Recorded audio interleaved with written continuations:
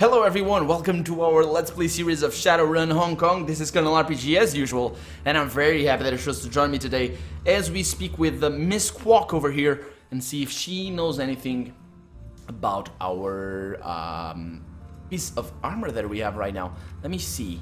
Let me go into mission items, Magpie's keycard, I know that, and broken piece of armor. Yeah, let's see if she can tell us anything. Welcome back. How may I help you today? So, do you know what kind of armor this piece is from? Perhaps. Let me see it, and I'll tell you what I can find out. Wing K holds the armor piece up to her eye, taking out a jeweler's loupe to look at it more closely. Japanese markings. I don't recognize all of them, but this first one is Renraku, I think that's how it's pronounced. Fairly recognizable to anyone who's used to seeing the name in Hanzi. Hanzi? That's how it's okay. The composition appears to be high-density ferroceramics, probably boron carbide, and with an interwoven bioaramid mesh. Staining on the edges suggests it contained pockets of silica suspended in polyethylene glycol, similar to the commercially sold gel pack technology. This armor could have withstood a significant amount of impact force. Even standard 7.62mm rounds wouldn't have had much of a chance penetrating it. Seriously? What could penetrate it then? Because it's still broken. High velocity rounds with a tungsten carbide penetrator would be most common. This is the kind of thing armor-piercing, discarding Sabat rounds were designed to defeat. A decadent melee weapon could do it as well, but, well, there wouldn't be the kind of splintering at the edges. Same case with explosive rounds, we'd see spalling on this backside. Wing K hands the armor piece back to you. Whoever shot this off the owner came loaded with the right kind of weaponry to get the job done, that's for certain. And you don't carry that kind of ordnance around unless you're sure what you're facing is just too expensive for common carry. So the cops came prepared.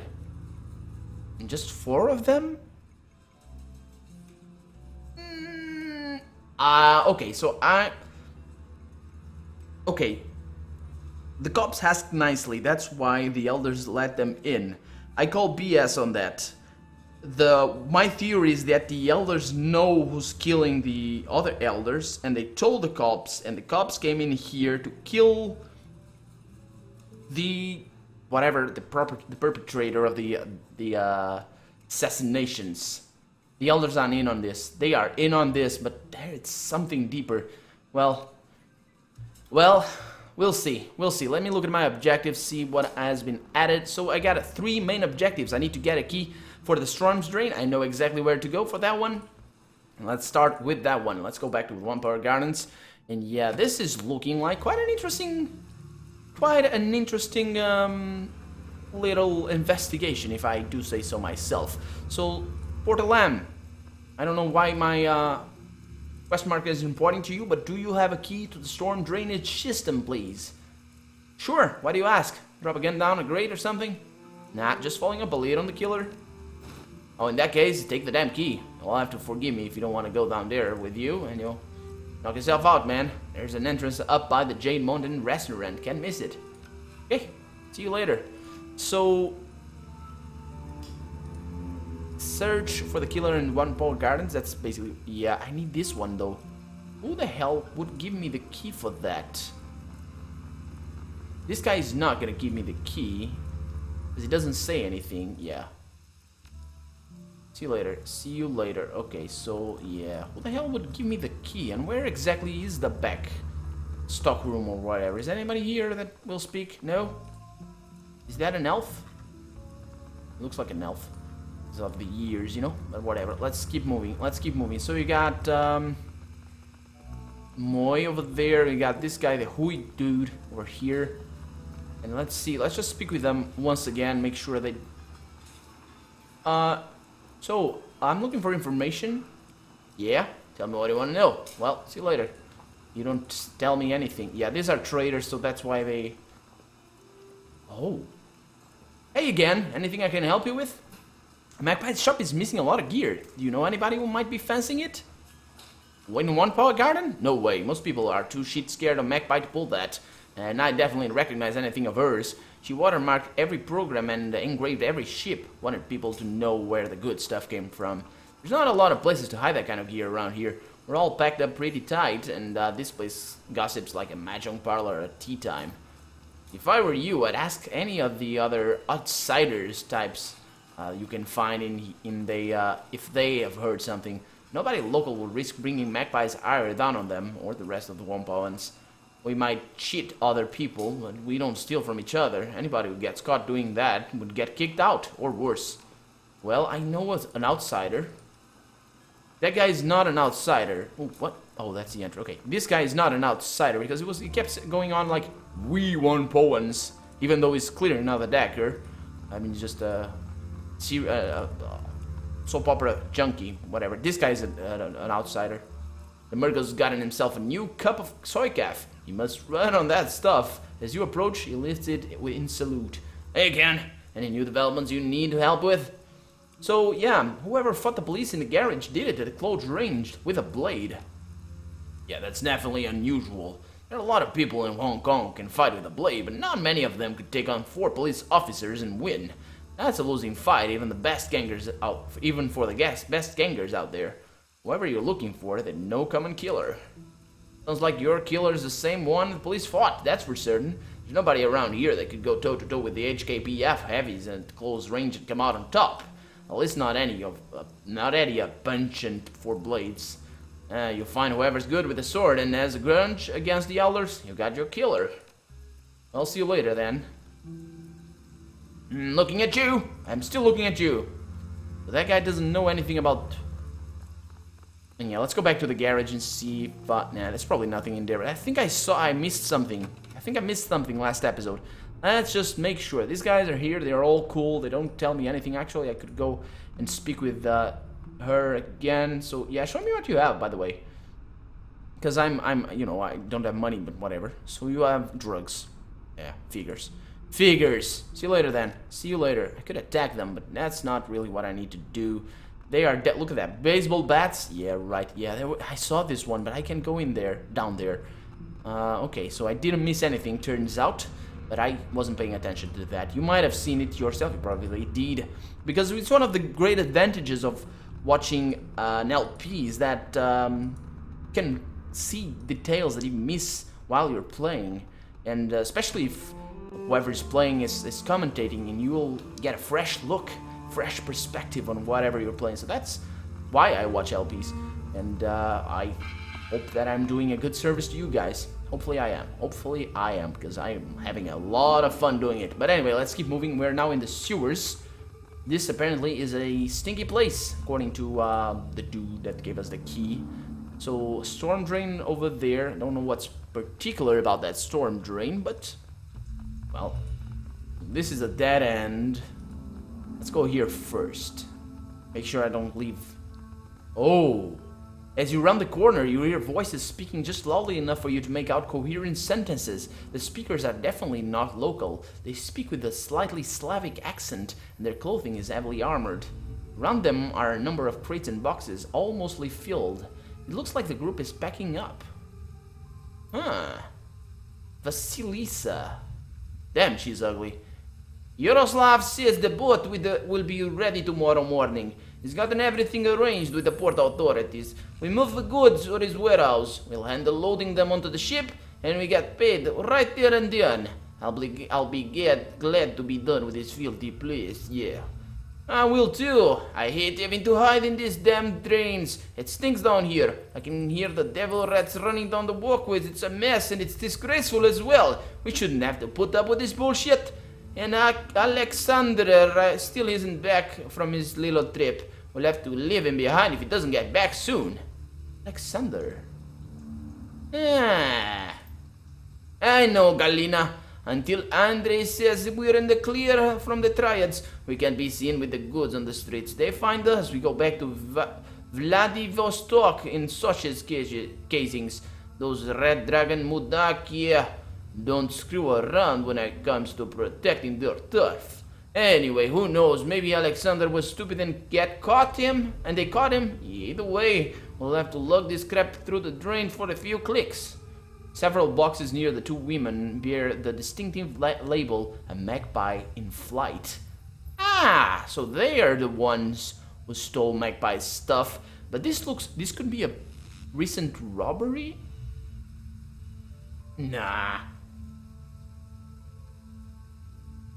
Don't know. Would they be here for so long? Anyway, the same emblem you saw stamped on Magpie's equipment in her shop. The orc woman sniffs the air suspiciously, and her eyes dart toward the dark tunnel you stand in. Before you have a chance to get out of sight, she locks eyes with you. Oh, she's gonna speak. The orc lifts her chin as she regards you, cracking her knuckles. So, what have we here? A curious little pest. Some come looking for things that don't concern him. What do we do with a little pest, Galina? Galina puts a hand on her shotgun barrel. We break them, Vasilisa, and then we hammer a spike through each of their throats so anyone who sees their body knows not to meddle in our affairs. I suggest you stay where you are, pest. Okay, so they don't seem to be attacking me immediately, and I couldn't care less whether or not they take Magpie's stuff. But I mean, seriously, I'm here for the killer, not this small fry. I don't care for them. But yeah, I also don't care to get shot. But well, let's go with this one. The Wompa elders know I'm down here. You start a fight, you're going to have every drone and cyber junkie on the street scrolling up your ass. Some kind of cockiness goes out of the Russian woman's eyes. She shifts back and forth nervously, shooting a glance at the orc. Finally, she lifts her shotgun, sighting along the barrel. You think we're afraid of those little worms? You think we're afraid of you? Don't make me laugh. We could be out of here before they even realized you were missing. You think those crazy shipheads will give a shit about what happens down here? I don't think so. Duncan sneers at them, spitting on the ground. Okay, so Duncan is confident. I am confident. Make a move, shithead. Give me a reason to put you down. You thugs think you're hard. I kill trash like you every damn day. Yeah, I don't care what you're doing down here or what you have stolen. I just want to find the person murdering the Wompa elders. You think I give a shit about what we're doing here, little baby? None of that concerns me, so why the hell should we let you leave? See, my etiquette is coming in handy, thank you. Andre is obviously the vor here. You're just enforcers, and he doesn't want a scene while you're in the Wompa Gardens. Vasilisa shoots Galina a sidelong glance. He's right, Galina. Andre would have our heads if we had a break cover before the shipment was ready. Shit. Galina lowers the shotgun, though her posture remains wary. You don't care about what we're doing? Well, I have a job to do. This is incidental. Don't really care. So what do you want from us then? Well, is there anything you can tell me about the murders that I might not know? You think we get out a lot? I wouldn't have even known there were murders if they hadn't bothered come out to get some soy calf last week. It's none of our business and isn't our problem, and I like it that way. So you took Magpie's key cards, didn't you? Yes, we did. Alexander took one early. He said he wanted to sweep the stockroom, see if there was anything worth stealing in it. Here. We don't have time to wait for him. If you see him, tell him to catch the hell up. So they're off. Are they? No, they're not. They gave me something though. What the hell did they give me? Magpie's stockroom key card. Oh, this is the key. Yeah, exactly. Okay. I now have the key. These guys are all peaceful, which is cool. But I still don't trust Alexander. What does this lead me? Is it Lisa? You again? What now? So you stole Magpie's equipment from a shop. Did you kill her too? Are you kidding me? And this the Wompa was coming after us? No. We heard she left, but her gear was still in the shop, so we liberated it. What's it to you? Well, doesn't matter to me. Do you know what happened to her? Like she said, we heard an empty shop was full of things, so we could fence easy enough. So we broke in and liberated anything we could sell. I had no idea what happened to her. I don't live in Wompa Garden, and I don't want to. Okay, it's totally fair, totally fine. Oh man, this is a big guy. What the hell? Is that a troll? Holy Christ. It's taller than I remember trolls being. God damn it, man. Jeez, lay off the steroids, man. Jesus Christ. Anyway, we're out of here. Actually, I'm not gonna go up there. This is back to the Umpire Garden. I don't know where it takes me out, though. I wonder. Anyway, let's go and explore this storm pipe or whatever. What was it? What's it called? Despite the darkness, you see something glitter at the edge of the drain. Looking closer, it appears to be a necklace chain of some kind. It's become caught in a drain grate, narrowly avoiding falling down the deep pit. Let's take the necklace and see what it's all about. Lifting the necklace out of the drain, you turn it over in your hand. It's a simple silver pendant on a chain. The silver pendant depicts a long-tailed bird in a magpie. What? So this came from Magpie's bathroom? How? How exactly is that a thing?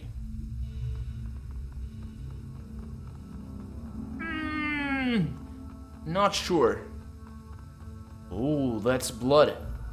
Body parts. What the hell? Where the hell are we in? What? The disgusting pile of stinking human remains smells strongly of blood and the first stages of decay. The arms, legs, and organs here are heaped together like stacked firewood, leaking blood and gore across the floor. The parts contained therein appear to have been sliced away from the parent body rather than torn or bitten. Judging by the clean edges on the cuts, the blade used to sever these parts were extremely sharp. So is this like a dump point or something? Because if we go by the theory that it was all a robbery, and that the mutilations were basically a way to distract the police or distract whoever. Actually, wait a minute. No, this doesn't make sense. Because the body parts were not cut, they were torn. Like an animal. That's right. Right? Anyway. This is a whole world messed up, Seal. Isabel takes a moment to suppress a retch. You think that killer stashed this here? They're stacked. They've been organized. What? This is our killer? Okay, if you say so. Looking closer at the pile, one part stands out. It's a severed arm, and it's covered in tattoos. Words in a Slavic language, and a shining lighthouse adorn the forearm, and ring-like images are inked on each finger. On the back of the hand, there's a skull inside a square. This arm belonged to a Vor. These are criminal tattoos. The lighthouse shows he tried to escape from prison or planned to. The words say all police are dogs. The skull inside a square means he served a prison term for robbery once. So what's a Vor? A Vor is a thief. The Vori Visa Cone. It's the name of the organization. Thieves in law. They have street codes and police their own. But they don't sever arms and leave them in a pile of gore. Huh. Don't they? Yeah. Of course not. Who would?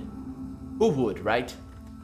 Anyway, let's keep going. Let's keep going. This is our killer, but there's no indication that he's here. So let's take the ladder out through here and see where this takes us. Because I don't remember this being... this point, I don't know. I don't remember this being outside. Come on. There we go. So where are we? Oh, we're here. We're back here. Okay, so what did we learn down there? We learned that... they stole that those guys. No, oh, we have a key for Magpie's storage room. That's right. The jackpoint. Where's the storm drains? Okay, where's the storage room? Stock room or whatever you want to call it. Is it up here? No, it's down here. It's because oh, there it is. There it is. Still have my eye on you, man. I still have. You're the murderer. I know you are. And he's also in a good position to scout out things. Nobody would suspect him. Anyway, let's go back here. Let's see what happens. Ooh.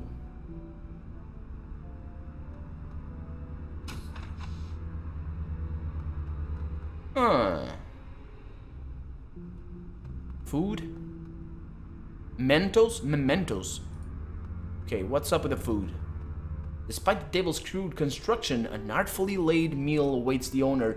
Several small dishes are filled with pickled vegetables, while a larger plate is arranged with long slices of raw meat.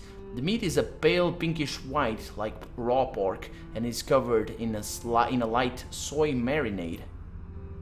Poking at the raw meat, you discover that it's surprisingly tender. What's more... Oh boy. Oh boy. No, don't eat. Don't eat.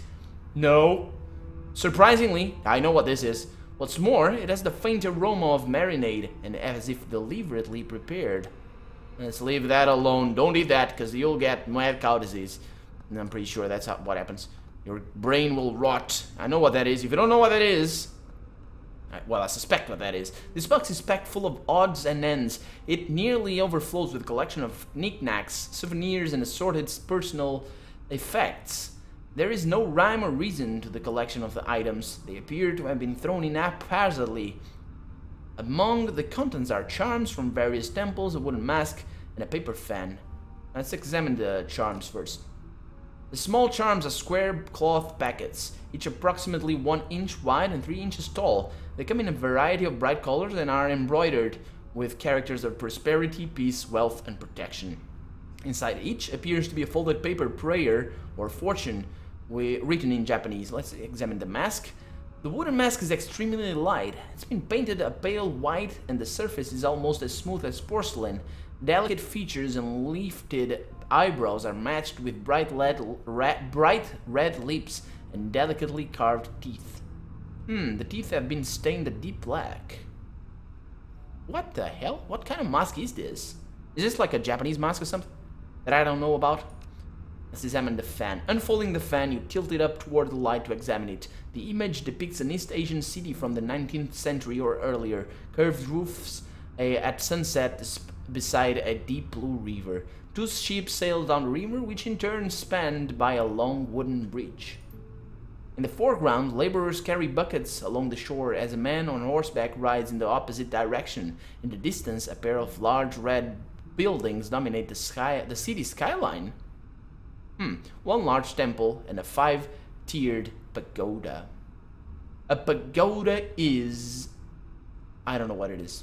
I forgot. I should know what that is, but it's a thing. It's a thing. As you step back away from the box, you hear a slight click in the distance, the sound of the door's latch shutting. You are no longer alone in the stockroom. Get ready to fight, everyone. Get ready to fight. Oh boy. Here we go. And he's right up close to me. This is not gonna be good. Okay, can I solve this peacefully? Like, please give yourself into the police, please. I don't know. Standing before you is a man clad in heavy armor and bearing a katana on his hip. His skin is an ashen gray, his eyes dead white. His teeth are jagged and appear quite sharp. This is no man. This is a ghoul.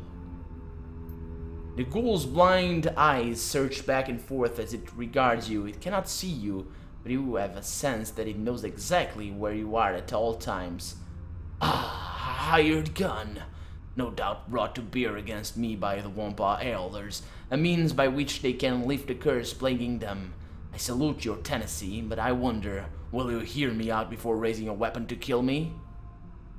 A ghoul, and you're talking. Yes, I'm not only talking, I am reasoning as well, and since you have not attempted to kill me, your own higher faculties are engaged. Yeah, I am a curiosity to you. You wish to know not only what I am, but what I have done. As for who, you may call me Geichu. Okay, Geichu, I know who you are. You're the one killing the Wampa elders. You are correct. I have killed all of the Wampa elders to date. Though only Elder Magpie was according to my initial plan. I regret the deaths of the other elders, but it was necessary. So, explain yourself then. This affair began simply enough. As you may surmise, I am not someone who can be seen in public without great risk. Wampa Gardens is an excellent place to hide. No police or triad presence and minimal interest in things that lurk in the shadows. Unfortunately for me, Elder Nyagi discovered me through communication with her spirit. Yeah, that's right. I knew they were. I knew it. I knew it. Rather than kill or chase me away, she came to me with a proposition. Nigi and the other elders were having problems with one of their numbers. An elder named Magpie had been holding many of their plans hostage, and would not budge. They could not remove Magpie, however, because their services were too useful to the Wanpoan at large. Nigi offered me payment to dispose of Magpie, and I accepted. Wu shoots at you a sidelong glance, tusks bared as he greets his jaw. Why the hell are we talking to this thing, Sil? It's a goddamn ghoul. You know what they're like. Really? What, pray tell, am I like? All teeth and claw and bad manners, I expect. Geisha's tone is amused despite the harshness of his rasping voice. Really? You want to crack jokes, you cannibal? Wu takes an involuntary step forward, raising his rifle. You're the kind of monster that devoured a family just because it's convenient. Remember the 162s, Sil? Yeah, it's just like them. The 162s were a gang, Wu, in the Barrens. Like that makes a bit of difference. Go on then, talk to the monster, but I am keeping my finger on the goddamn trigger.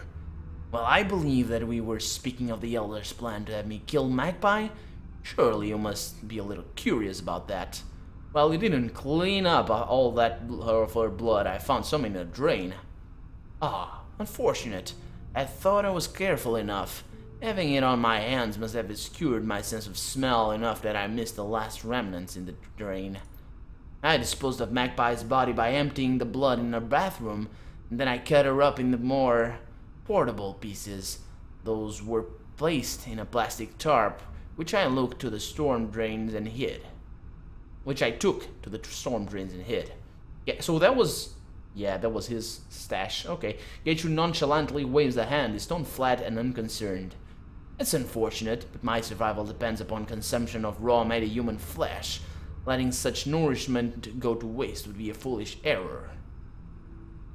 Okay, well, he did say it's unfortunate, but then again, it was on a flat tone and unconcerned. Anyway, but why kill the other elders then?